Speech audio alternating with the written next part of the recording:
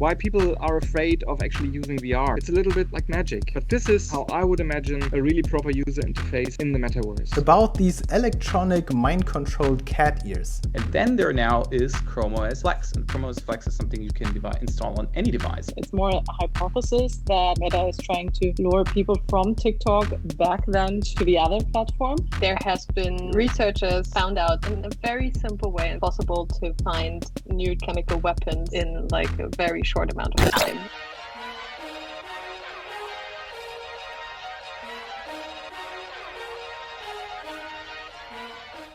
Hi, and welcome to episode 21 of TechReview. Every 2 weeks we gather to discuss the hottest topics from science, technology, and innovation. And with me on camera 5, we have for the first time Alex. But Alex is actually a very quite, let's say, famous and successful podcast moderator with thousands of listeners, so she knows what she's doing. And on camera 4, we have, again, Vincent. On camera 3, we have Chris. On camera 2, we have Henrike. And this is me. Hi, Tarek. So, and of course, if you like what you see here on our podcast/live stream, you can, of course, follow us directly on our websites, ideasengineering.io and freetech.academy, or, of course, on our many social media channels. You can find the links in the description below or in the show notes on Spotify, if you listen to us. Okay. So, yeah, nothing wrong is going on. Everything works perfect, as always. Yeah, okay, so let's jump right into the news. And today the random generator tells me that Chris is going to start. Yeah, this one actually is... they just raised an interesting question, I thought, and I just wanted to share that. Why people are afraid of actually using VR. And this guy is actually raising kind of a theory. He says, probably the real reason why people are afraid of getting into VR, or why the numbers are not rising as quickly as it had been expected, is that during the last years, we have been all used to quick switches into our sensing, right? So we switch from social media to YouTube, to whatever, to Twitter, to Facebook, back and forth and back again. And this guy has the idea that we are not used to actually concentrate and being focused on specific topics any longer. And he also cites a guy in his in the article, a researcher actually who wrote a book about attention, and that was the name. Cal Newport is the guy, and I cite that from there, and he writes that there is an increasing evidence that switching to the superficial, so is not a choice that can be easily reversed, right? So if they spend enough time in feverish superficiality, what I just tried to explain, like switching from one to the other, they permanently reduce their ability to concentrate at work. And this is what, so to say, is to be claimed here in this article, that people don't go into VR because they can't superficially switch from one to the other in VR. If you're in VR, you're being focused, right, on your VR scene. And since we had like a testing phase during last year, and we saw that too, right? So there were, most of the people liked when they went in VR, they said, wow, that's quite cool. You really can work here, focused on what you're currently doing. And there were also guys saying, yeah, but when I'm in VR, I cannot surf in the internet. I cannot write emails next to being in VR. And this is exactly the point. So, yeah, it's a thought one might be worth actually thinking about it. Is that the reason that people do not want to go into VR, because it's just a one type attraction thing? And I don't know. It might be a possibility. Yeah. No, Maybe you guys tell. I totally like this theory, and I observed this myself. I am a passionate VR user, but I have exactly this experience when I'm spending a lot of time in VR that I feel like itchy because I can't like reach my phone and I can't see my second screen and my third screen. And I actually started building workarounds, and there are plugins which allow me to create secondary and third monitor screens in VR. For example, if I fly my space simulation game, then I sit in my cockpit and I actually have additional screens in my cockpit showing the chat room and maybe a TikTok screen or something like that. And so I'm in my cockpit and I have like secondary and a third screen in my cockpit, simulating my desk where I have a second and third screen. And it's kind of a possibility. I'm not sure if this is a bad workaround, because maybe we should try to focus more and evolve back into a more focused way of working. But it's true. It's true. This is a reason where I, in the beginning, was thinking, should I go back to 2D gaming simply because I have like this great desk and my phone and 2 screens or 3 screens, and this might be more convenient than actually being in VR, unless you have like virtual screens in VR. It's true. I can totally understand that.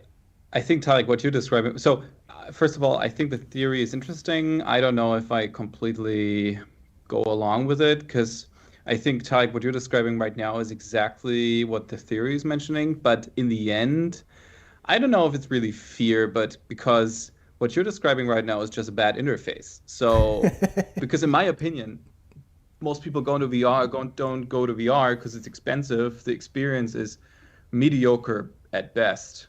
Yes, there are very niche focused products which probably are better than the average, but still only worth to a handful of people who really are willing to pay the price for that. And so I don't necessarily know if the answer to the question why the numbers aren't rising that much is really some kind of psychological fear, and more because I think the answer also might be VR is just not ready, and VR is just not, the interface, the technology, everything is not there. I know that this maybe is not the answer to the problem. How can we make it better? That's on another, page of paper. But I think that the theory, I think it interprets a bit more into, we just have bad technology than there is to it. Yeah, this is exactly what the guy in the article says in the beginning, right? So that of course is the main aspect, but and he does not claim that, so to say, the theory is just the whole reason for what we are just discussing. But it might be a part aspect of why the numbers are not rising that much as it might have been expected. What I can see totally is that this is one more reason why AR will be much faster rolled out to the public and to everybody and to everyday technology, because of course we know not only the demand, but also of course the technology has to adapt. But I think that this is one of the reasons why AR probably will reach the end consumer market much faster than VR did. And probably the VR applications are more focused to a very specific target group, because this quality of being totally immersed in this virtual environment means being blocked out from all the everyday influences that I have. So I'm not able to see my second screen, but this is by design, because I'm supposed to be fully immersed in this virtual reality.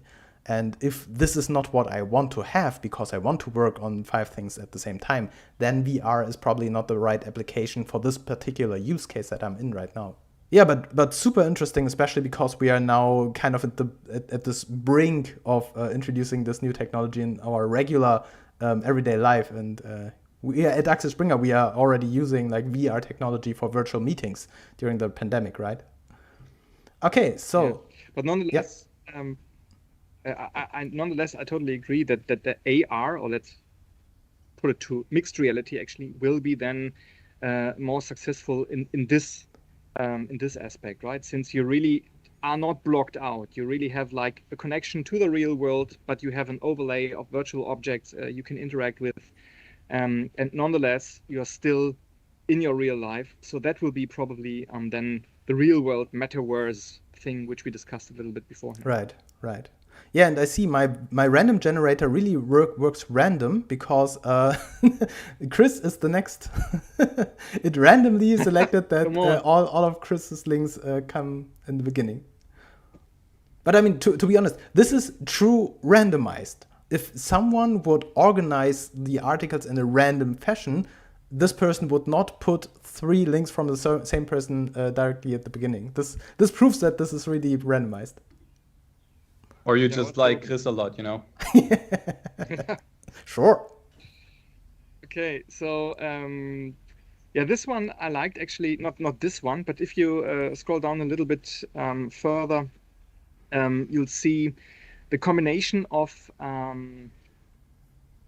metaverse, like horizon worlds in combination with AI. I mean, don't look at the graphics here too much in detail. So this is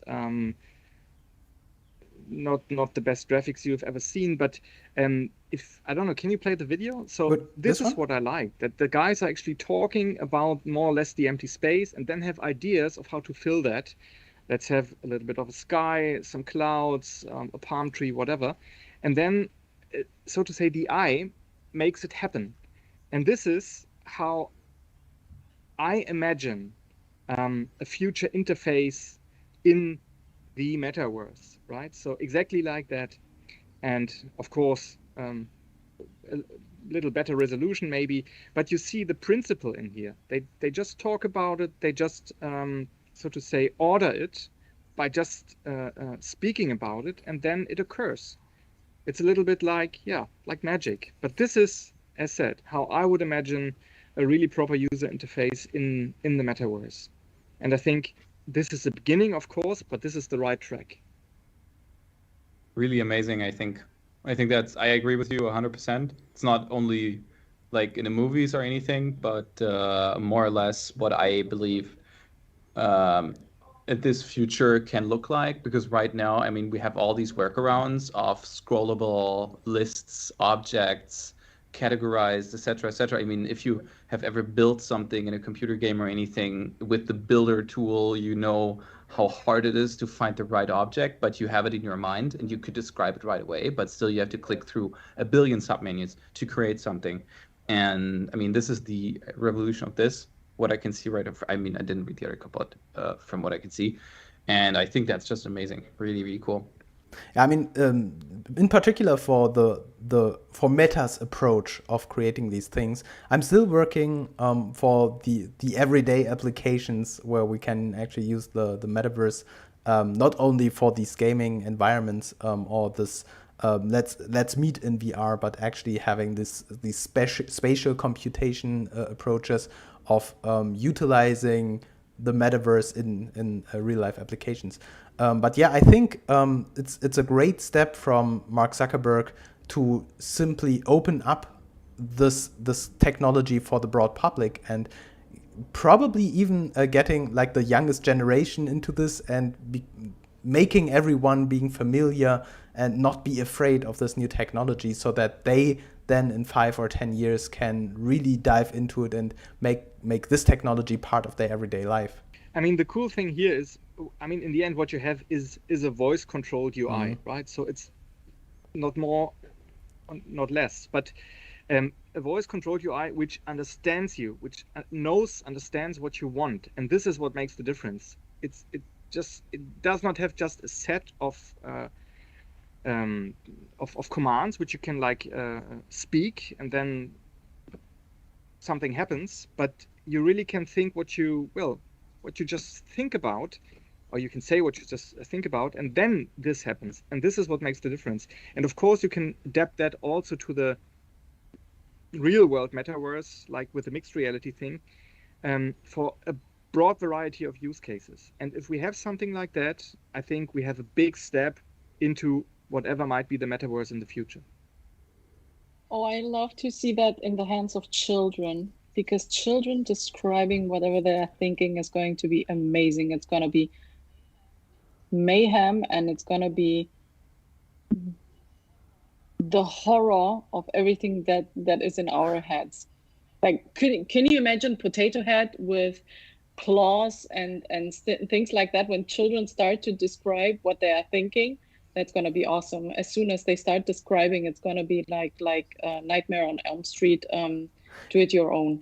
Build your own Nightmare on Elm but Street. I guess this will be a lot of fun because these children, they learn how to use this tool. And I remember when I was a child, and for the first time I had something like a cassette recorder, and I was able to record my voice and have other people record their voice, and then like press stop and play and rewind and fast forward and these things. It was so much fun, and I learned being creative with this. And I could imagine that children, in the beginning, it will be weird because this machine will not understand what they try to say, but they will learn and they will describe this. And I remember I saw once like a clip of like a, what's it called, Plüschtier factory, where they make these teddy bears, and they got drawings from children of their favorite animals, like really crappy drawings, and they created and then they start exactly, to reproduce them. Exactly. They look amazing. They look like nightmarish creatures, but the children were so amazed because they were originally what they were drawing, what they were creating. And so I think this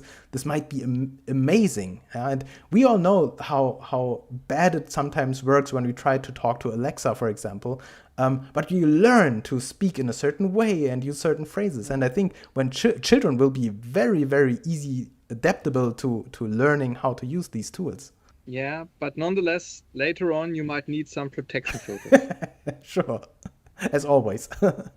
Yeah, but if you just leave them alone with the thing, I mean, protection filters in terms when adults are in there. But if you have a program where a kid just might, or a platform then where a kid might just, rather than drawing, start describing whatever he or she thinks, that's actually going to be, I think, a lot of fun. And I can imagine whole kindergarten groups working in there and starting to subsidize basically drawing by working in the metaverse or drawing in the metaverse. Hold your breath on VR protection from Meta. There is something coming up, I hope next, but we'll see.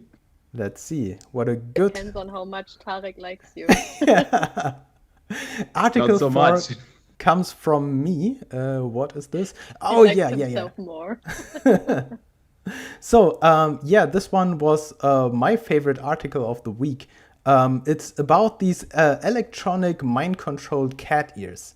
Yeah. And this article describes how a maker called Jess DeMauro used a Mindwave EEG headset to build mind-controlled robotic cat ears. This Mindwave headset is a product that already exists. You can buy this. And it creates an EEG and provides this data to an interface. Yeah, and usually it is used like for meditation exercises or these things. But you can use this data for other applications.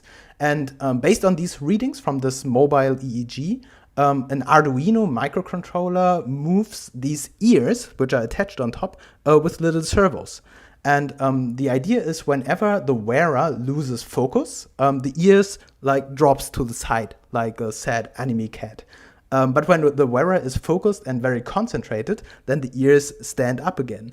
And I love this article because it describes exactly in details how these ears were designed and how all the parts are working together.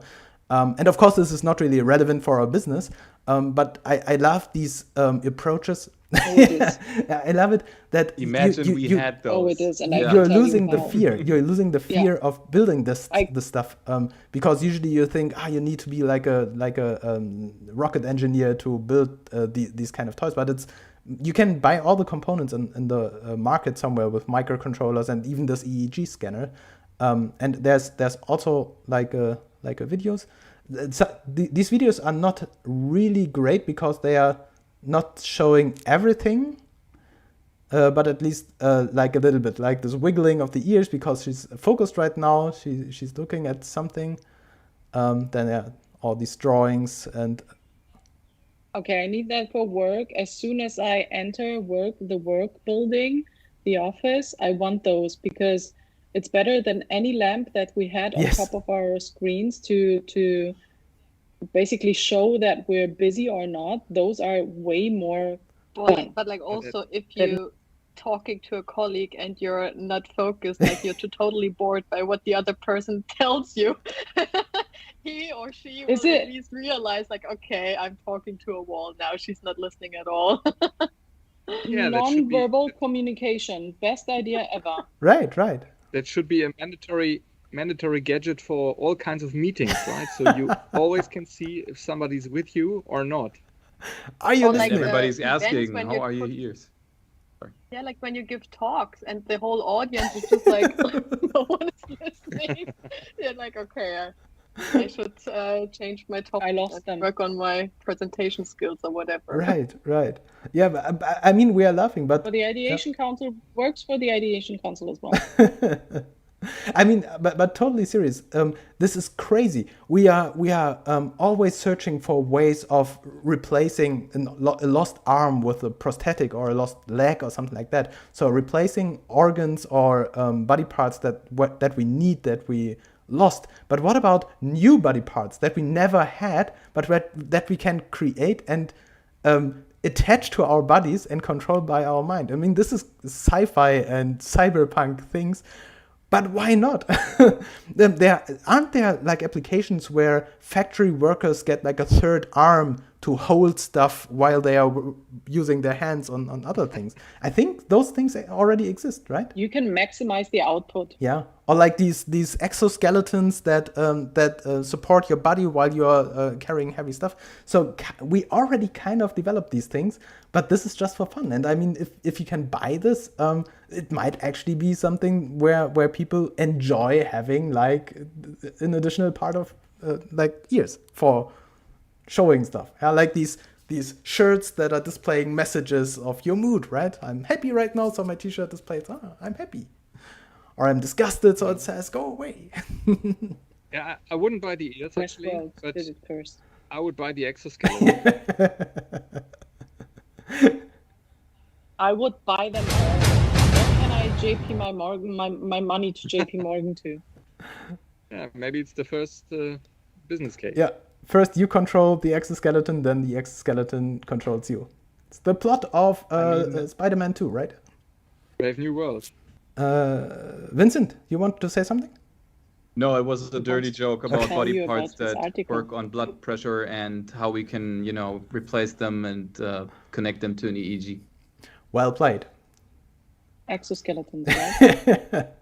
And with this, we come to Vincent first thing. Ah, yes. See? Parental control. Really close. Now it makes sense. I'm sorry.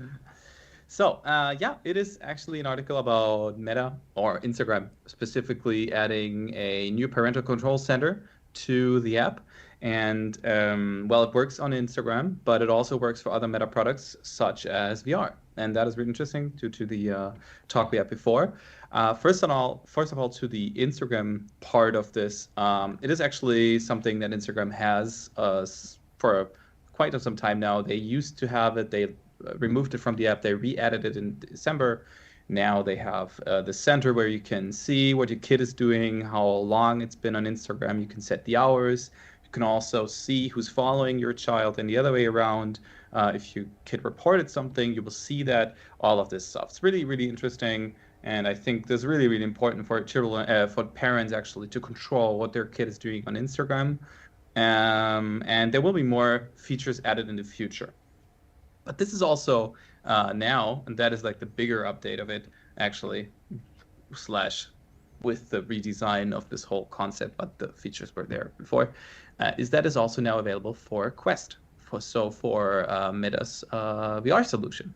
And this is really fundamental stuff. You can connect the account of your child to your account. More than one parent can now review what they're doing, this kind of stuff. But looking at where Meta is heading, this is really, really important and really interesting because we usually, when you look back, we usually did it the other way around. We had the platforms and we had bad experiences probably with children abusing these platforms or other people abusing these platforms with children. And now we're doing it the other way around. We first have the parental control while we're or not first, but we're having the parental control while we're designing this. And I like that approach very, very much. So I'm not saying every feature is great. I'm not saying there's not a lot of work to be done, but all in all, I think it's very, very interesting.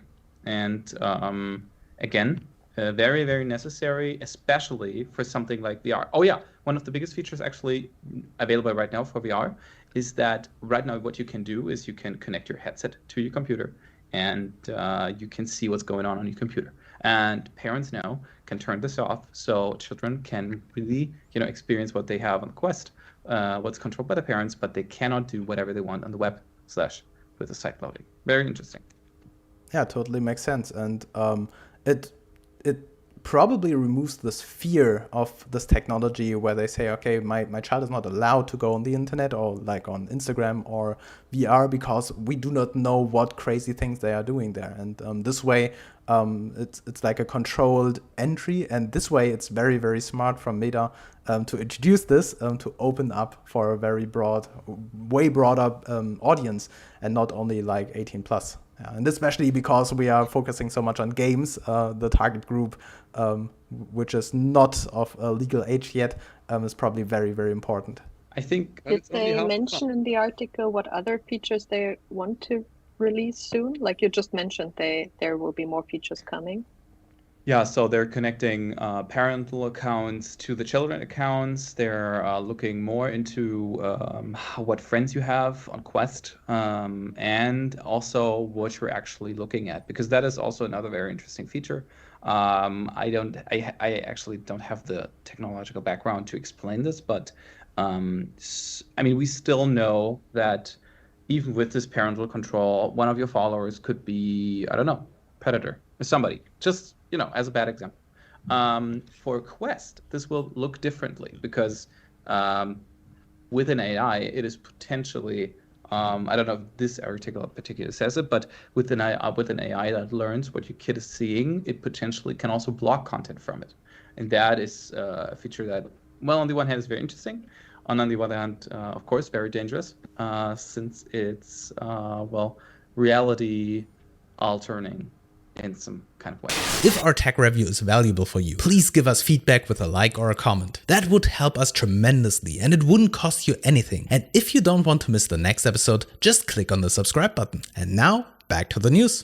Yeah. Oh, Vincent. So yes, the random generator actually knows like consistency.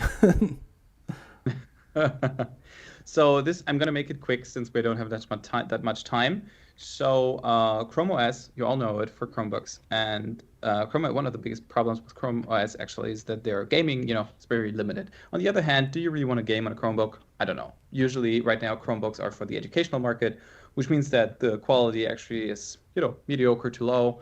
The products there aren't that great. There are expensive Chromebooks, let's say from, I don't know, a few major brands, but still, kind of a question.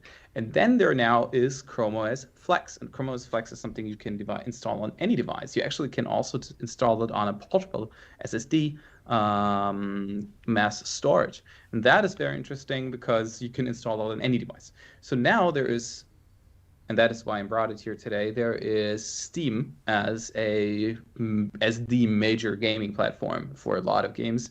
And they launched their alpha for Chrome OS. And interesting about this is that they also have been launching it for Chrome OS Flex. And this brings me to the question.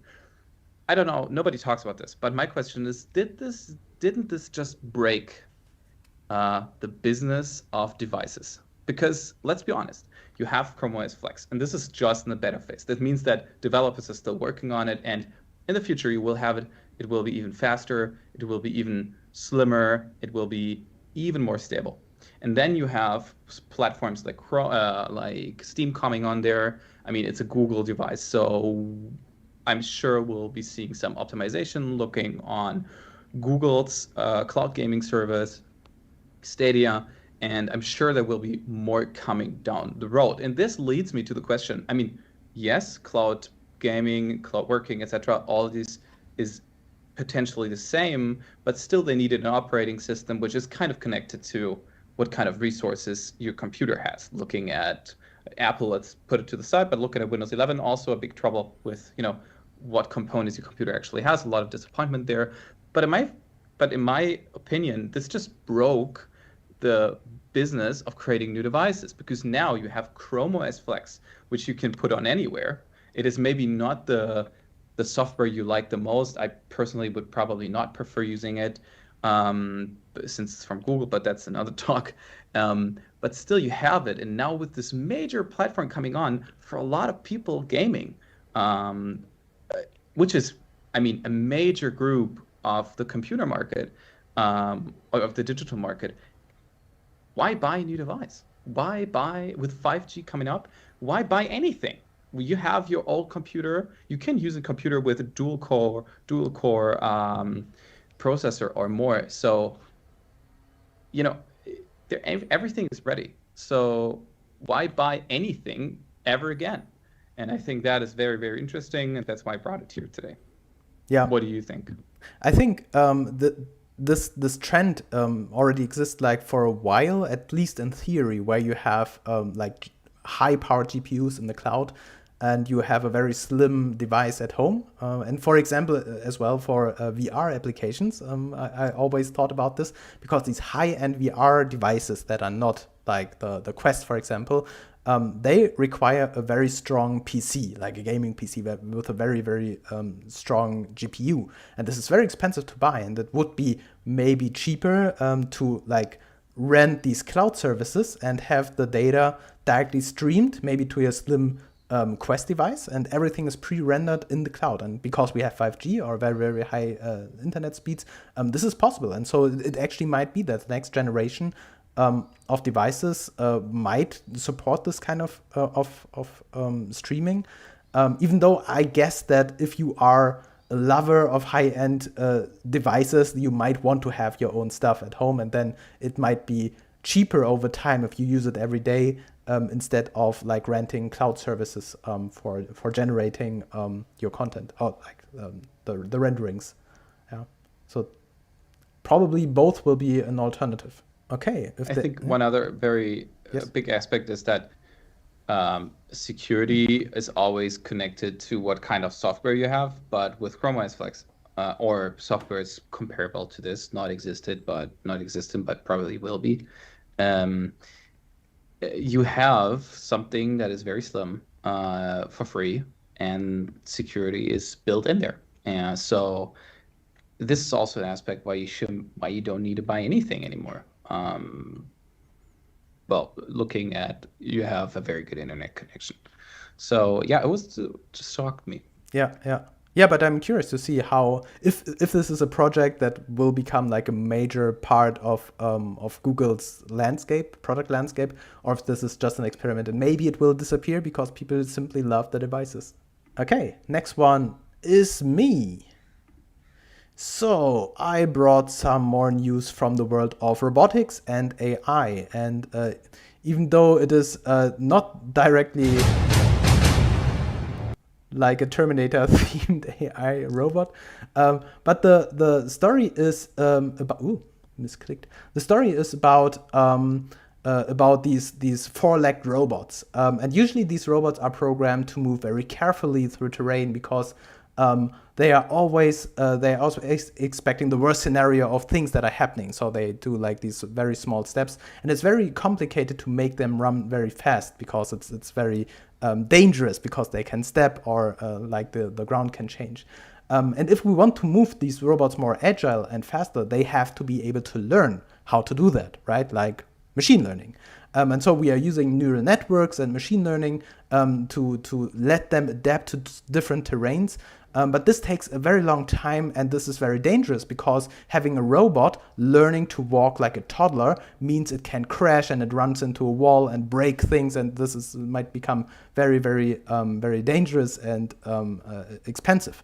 And now researchers at MIT used a shortcut, and they have basic data about how the robot should move on gravel and ice and other surfaces. And so they can train these robots based on this knowledge offline, like a computer program. And this may take something like 3 hours to give them 100 days of walking experience. And so when they start learning by doing and learning by self-experimentation, they are already like adult robots that are able to have like basic walking. And then they are mature enough to start learning by trial and error. And this is then way better. And the running style that they develop by learning themselves is not really elegant, and you see this here on the screen. But it is actually their most efficient way, as they learned it, or they taught themselves to run as fast as possible. And this reminds me to the Matrix, right? You know, like Neo is going to learn Kung Fu, and so they just upload the knowledge about Kung Fu into their brain. And with what we see here, it's not the same. We can't just upload knowledge about the terrain, but we have this data, and so we can like train their brains without them having to move their body. And it's so kind of similar, yeah? So we teach them to walk on ice, and then in like 3 hours, they learn and they have the experience of 100 days walking on ice. And this would be amazing to be able to do this with human brains. And by this, I just remember yesterday I tried to train a deepfake Barack Obama to make our tech review introduction. This is President Barack Obama. Welcome to Tech Review. Welcome.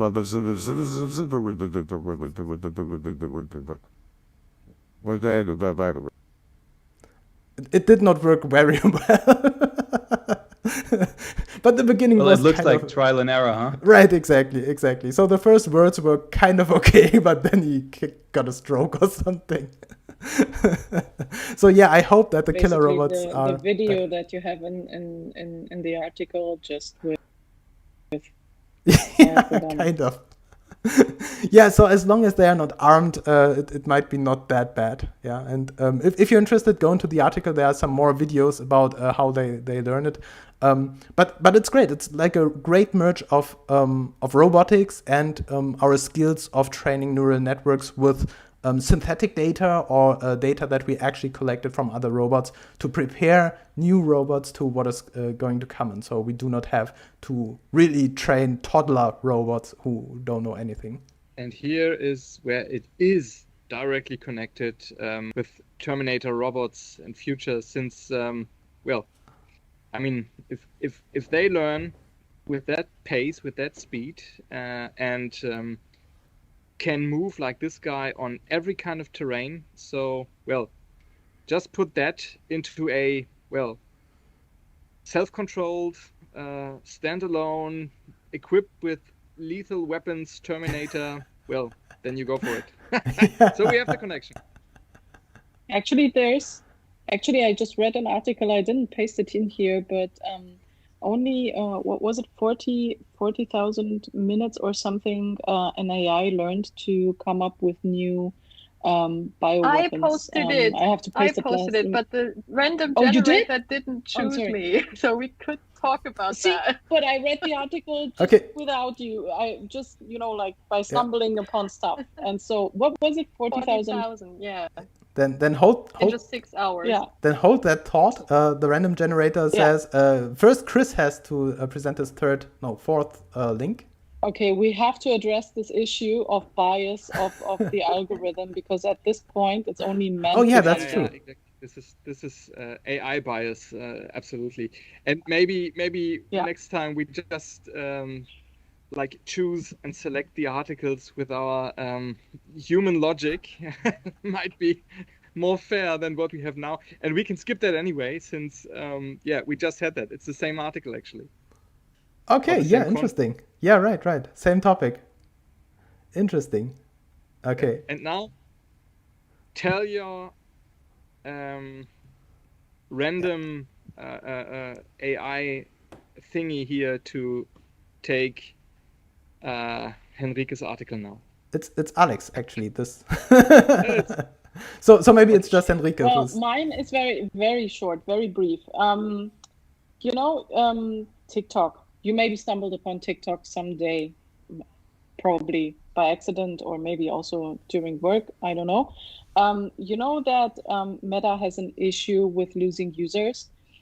this article is all about how Meta is trying to gain, who probably is trying to gain new users in TikTok, and eventually will probably start to advertise that they have a platform over there called Meta, called Facebook, formerly called, also known as Facebook in the past, to lure the little kiddies and the people that are more focused onto TikTok to come back then to Facebook, or to sign up for Facebook Meta then in the future. It's more of a fun article because it's a lot of it's more a hypothesis that Facebook is trying, or Meta is trying to lure people from TikTok back then to the other platform. But does TikTok have an account on Facebook, and does Instagram do have accounts? When you start having accounts all over the place, especially for the corporate accounts, it feels like you're moving not just in a bubble. The bubble is getting even bigger because everyone is having accounts with everyone. It's like this Big Brother house from the 90s. I think you can relate. Maybe some of you can relate, the ones who smile now. Yeah, well, everyone is signing up with everyone. Is the political correct? But it makes sense. For the young generation, TikTok is the big trendsetter, and Facebook is something for old people. And so they have to place themselves in these other realms, right? Totally makes sense. Even though, as you said, nobody actually knows what they are doing there. Why would you even... Yeah, but even if I stumble upon the Facebook account on TikTok and it doesn't post anything yet, it doesn't like anything yet, so there is no interaction. Why would I have an account without any interaction at this point and hope for the best? Maybe they were just because scared. As soon as I start advertising, maybe they were just scared that the name got lost. That is a true thought. Yeah, well, like I said, it's more hypothesis than truth. In this article, but it's fun to start thinking about it. So I will subscribe to them because now I'm curious. Are you on Facebook? No, I'm on the Facebook account. So you on use TikTok. Leaving the floor to Henrike. I can jump to Henrike. Next one would actually be again Alex, and then it's Henrike. Okay, let's jump to Henrike and then. No, the second one is just boring. It's about holograms. Okay, then now hold on, it's going to happen. I found this article really interesting because Alex already mentioned it. There has been researchers found out that in a very simple way, a very easy way, it's possible to find new chemical weapons in a very short amount of time, and they found 40,000 of it. What they did is they usually search for helpful drugs and sort out the toxic ones, but they just basically flipped the switch and they told the AI to look for the toxic ones, and they found 40,000. So some of them actually were really pretty close to the most, I think, potent nerve agent, VX, I think it's called, VX. The most potent nerve agent ever developed. So only a very, very small amount of it is already deadly. So some predictions they found are even more toxic than that one. So they said they did not verify that, and they also don't want to. But even if you think that there's a lot false positive among the results, among the molecule structures they found, there still means there are more, dangerous ones still available or possible. And they know that they were on the right track, somehow in quotation marks, because some structures that the AI found were actually chemical warfare agents that have been generated by the model, although the model did not know about that or was not trained on those, but it found it themselves. So the concern they in the end had was how easy it was to do this, because the data sets for those toxicity structures and molecules you can download them for free, basically. So it's very easy to get it. And if you have a decent, knowledge about Python and machine learning, you just need a weekend and you can, build it yourself. And they were struggling whether or not they should publish these findings because it's a thing to tell everyone like how easy it is to, create new chemical weapons. But that's actually the thing. Like on one hand, it's a thing to find those new structures, but actually have the knowledge to synthesize it and creating real dangerous drugs out of it is another thing. And also they were like, okay, if we now thought about it, like others probably have thought about it as well or will think about it, let's get ahead of it and publish it and make everyone aware of the potential misuse. Because they also mentioned that as a researcher, they working in the chemistry field, they been like educated and there are guidelines about misuse of chemistry, but not on misuse of AI in that regard. So to make also researchers aware of what could happen. So it's like all about the responsible use of AI, the responsible use of data, open data, like for researchers as well. Like, should there be a limit or should there be kind of restrictions if this can come out of it? And also like the aspect of educating others without kind of encouraging or induce something that you actually do not want, and like the thin line between those things, which I found really interesting when reading the article. Like this is really just a brief summary of what's in there. It's a very interesting interview that they also summarized in that article that I recommend reading. Isn't that the question of should you be able to print your own gun with a 3D printer all over again? Because I think that's exactly the same, problem with warfare, and that you can produce anything actually with a 3D printer or something like that, and how AI should recognize this or not and block you from doing this or not. Yeah, I totally agree. I don't think we can stop it. And of course, this comparison with a 3D printed gun is kind of the same realm. Maybe not as deadly as like mass producing weapons of mass destruction, but we can't stop the science. Yeah? And so of course the publishers of this paper can like stop publishing it, but someone else will discover it. And these development of ethical frameworks for AI development and research, I guess this is the most important thing, where these institutions and these countries who are participating in AI research have to really think about what they allow to do this, and that we educate like future researchers and people who are joining this Wild West right now in what the boundaries are in what we are doing. And we can talk about like weak things like data protection and privacy concerns, but of course using AI to like find new nerve agents, this is a completely different way of crazy thinking, right? Who thinks of things like that? But yeah, this must be of course regulated and taught to everyone who participates in this field. Yeah, Yeah, but how realistic is that? What? Tarek, in the end, there is always what's possible will be done. So, and if you have regulations, okay, let's say 90%, 99% of the people follow that. And there will always be this 1% of the people actually crossing the border and doing something else. So I think if a thought has been thought, then you cannot take it back. And this is exactly the same here. And now we are not just talking about just one thought. We are talking about millions of thoughts in a very short amount of time being created by AI. So again, show your Terminator.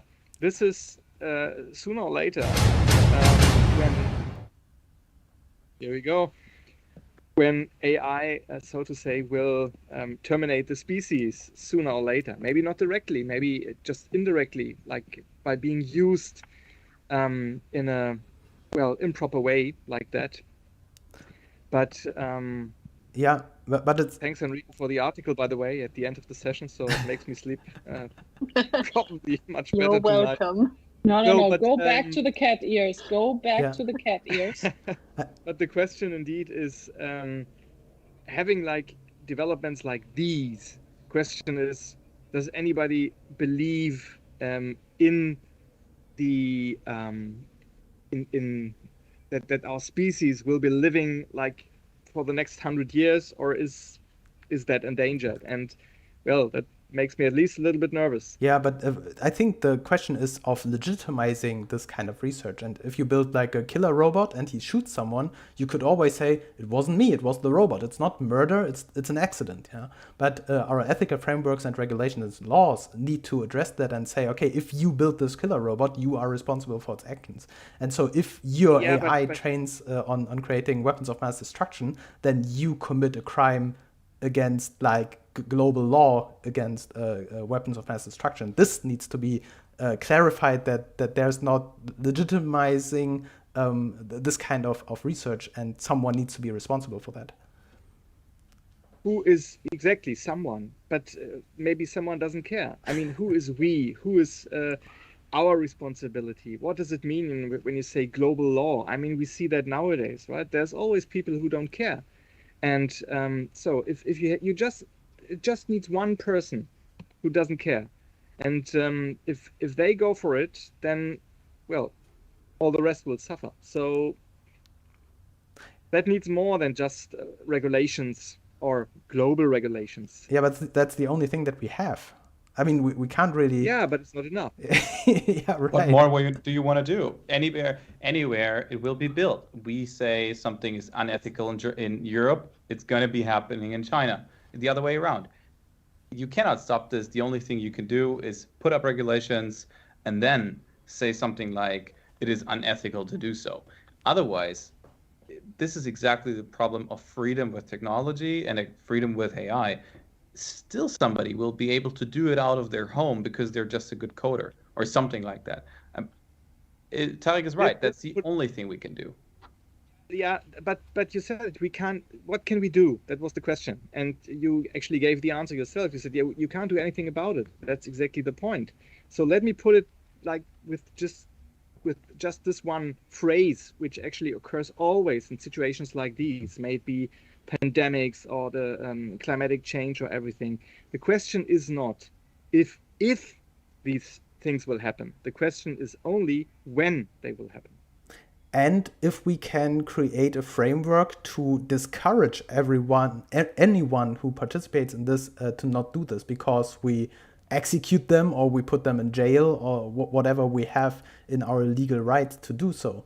And you can take the same argument with people shooting other people with a gun on the street. We have laws against this, but nobody can actually enforce this in every single case. You can still get a gun, you can still shoot someone, even though we have laws against this. And it doesn't make sense to say, okay, since we can't avoid this one case, laws are useless. We still need to have these laws. And of course, even if we have laws like from the United Nations or something against weapons of mass destruction, even if we can say we can't really enforce this, we need at least introduce sanctions and global measures that discourage things like that and try to make it as hard as possible, even though we can't really avoid it completely. I totally agree. I didn't say that we do not need these laws. I just say that in the end, the efficiency will not be 100%. Of course, yeah, that's true. But that's the same with everything. We can't, unless we like destroy all computers, we can't avoid. Yeah. Yes, exactly. Let's pull the plug. No, let's not do that. Literally, right? We're over time, I think. Yeah, right. Yeah. That is true. Yeah, I'm very sorry. There are two more links from Vincent. And Vincent, so we dissed Vincent twice today. Unless, Vincent, there's still TikTok expanding the pilot of its stories feature? And Facebook's developing reactions for it? Yeah, TikTok story is something for another time because it's just in beta mode, and Facebook bringing up reactions for Reels, and The only comment I had there is why. But yeah, we can also talk about this another time. It's just ridiculous. And therefore, yeah, very fun. Okay, I will move this to the next session. Yeah, then thank you so much, and sorry for the small hiccups in the very beginning. It's always very undeterministic how this whole setup with all these moving parts is behaving. But still, thank you so much for all your amazing links and this very, very vivid discussion. I really enjoy this, and I think that this is the most valuable thing of the tech review, that we are really discussing the pros and cons of what is happening in the world of technology and research and science and innovation, because this is the hard. Those are the hard questions. So keep bringing these topics, and I wish you all a very nice afternoon or day, depending on the time zone where we are all in. And see you next time. So, bye. Bye. See you then, and enjoy every moment of your life. Yeah, that's important. Before we pull the plug. Exactly.